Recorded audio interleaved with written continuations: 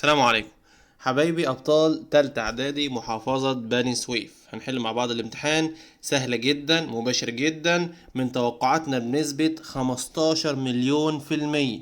كل حاجة في الامتحان ده قلناها وحليناها مرة واتنين وعشرة وتوقعناها امبارح وأول. الديالوج: أحمد and عادل are talking about the next holiday. قلنا الفكرة بالنص الحمد لله. هلو عادل where will you spend the holiday؟ أهلا عادل هتقضي الأجازة فين؟ انزل كده الدايلوج كله ملقتش مكان خلاص براحتك اكتب اي مكان براحتك. هشيل طبعا وير واعمل المقص I will spend my holiday in Alexandria مثلا in Luxor. اوكي براحتك. How long will you stay there؟ هتقعد قد ايه؟ برضو لو نزلت لتحت مش جايب لك مدة معينة خلاص براحتك. I will stay there for 2 weeks اسبوعين مثلا. No I want to stay. إذا اعمل المقص will you stay in a hotel؟ where will you stay؟ انت هتقعد في فندق؟ قال له لا. طب هتقعد فين؟ ممكن اقول I will stay in my uncle's flat في شقة عمي. سأله سؤال I will go there with my family مع عائلتي. إذا who will you go there with؟ أو with who will you go there؟ الاتنين صح. سؤال القطعة الصغيرة اللي هي ملء الفراغات. So solar climate because recycle environment. والله حلناها بالنص. We should our best to keep the environment clean. We mustn't cut down trees. not they absorb carbon dioxide. طبعا هنا because لأنهم. إذا هحذف so. Also we mustn't burn fossil fuel to avoid نقط change. ايه climate change اللي هو التغير المناخ. قلنا نركز عليه كتير. That's why we should use renewable energy. زي ايه energy and wind power. طبعا solar energy اللي هي الطاقة الشمسية.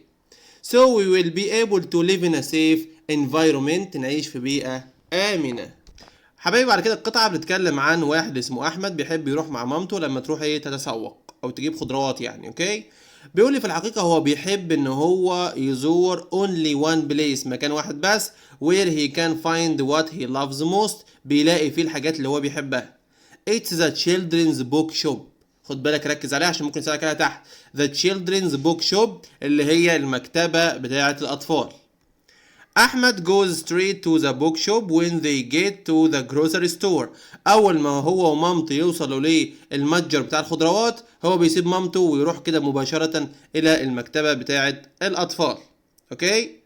طبعا مامته بتشتري خضروات while he is there looking for his favorite thing. بينما هو هناك بيبحث عن ايه الشيء المفضل بتاعه. هناك فين؟ طبعا the children's book shop في مكتبة الأطفال.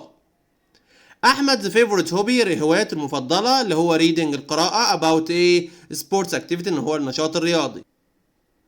In this shop في المكان ده أو في المحل ده أو المكتبة دي they have all kinds of books about sports. عندهم كل أنواع الكتب اللي عن الرياضة. بيقول لك كمان هناك في مجلات بتعرفك كل حاجة عن الأحداث الرياضية ولاعبين القوى المشهورين. الفقرة التانية بيقول لك إن أحمد بيحب الرياضات وبيقضي وقت كبير جدا بينظر إلى الكتب والمجلات في المكان ده. بيقول لك كمان هو بيحب المنطقة اللي فيها كتب الأطفال أيضا.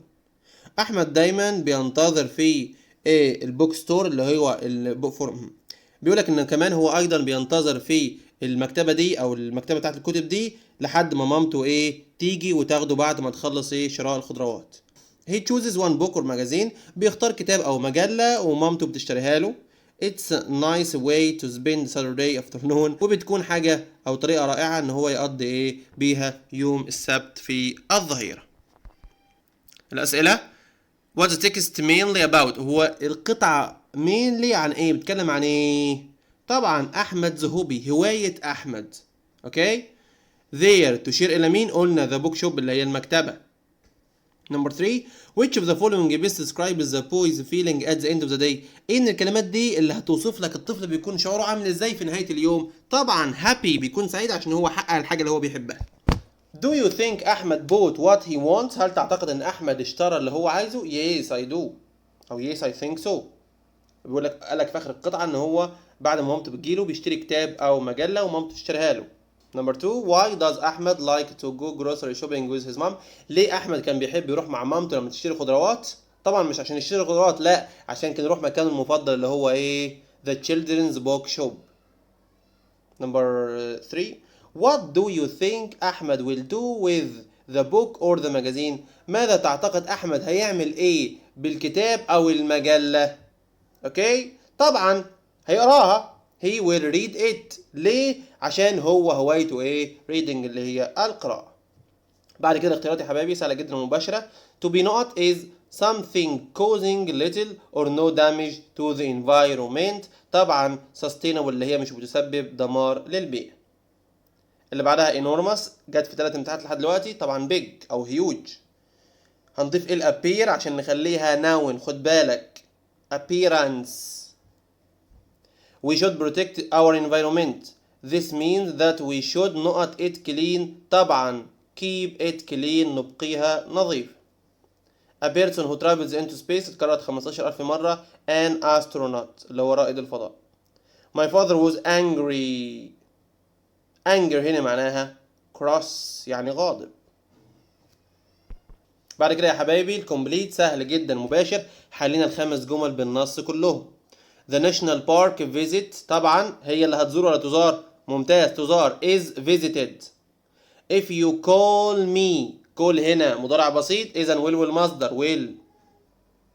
Number 3, أيمن has always been interested in space science. طبعا هتكون been عشان has تصريف ثالث. هبة said that she have a shop in town. طبعا الجملة غير مباشرة هنحولها إلى ماضي had. Would you mind بيجي بعدها ing opening. بعد كده يا حبايبي review about how to protect our طبعا planet اللي هو الكوكب مش النبات. طبعا ازاي نحمي الكوكب بتاعنا. اكيد طبعا المراقبين صححوا الكلمة دي للطلاب والطالب الشاطر عارفها من غير حتى ما يقراها. ماشي. فبالنسبة لنا موضوع سهل جدا وتوقعناه اكثر من مرة وهتلاقيه في الفيديو بتاعنا اللي هو اهم الباراجرافز. في النهاية يا حبايبي يا رب تكونوا استفدتوا واتمنى خلال الفترة اللي فاتت ما كنتش قصرت معاكم في حاجة سواء في فيديوهات للشرح والحل او في اللايفز اللي بنحل فيها مع بعض ونشرح فيها كمان. يا ريت لو استفدت من القناة تعمل اشتراك لو انت مش عامل وتشيرها لكل اصحابك علشان السنة وان شاء الله السنة الجاية نكون كلنا مع بعض. ويا ريت لو انت حليت كويس جدا امتحان لذيذ خالص افرح شوية وبعد كده احمد ربنا صلي واحمد ربنا وكمل للي جاي. لو لا قدر الله عندك اي اخفاق في حاجة ازعل 5 دقايق بالظبط وبعد كده صلي وادعي ربنا ان هو يعوضك في اللي جاي. ودايما ركز في اللي جاي ما تبصش للي فات علشان ممكن تضيع اللي جاي. في النهاية اللهم علما ينتفع به. واشوفكم دايما يا حبايبي متفوقين ومتفوقات وفي اعلى المناصب والدرجات. في امان الله والسلام عليكم ورحمة الله وبركاته.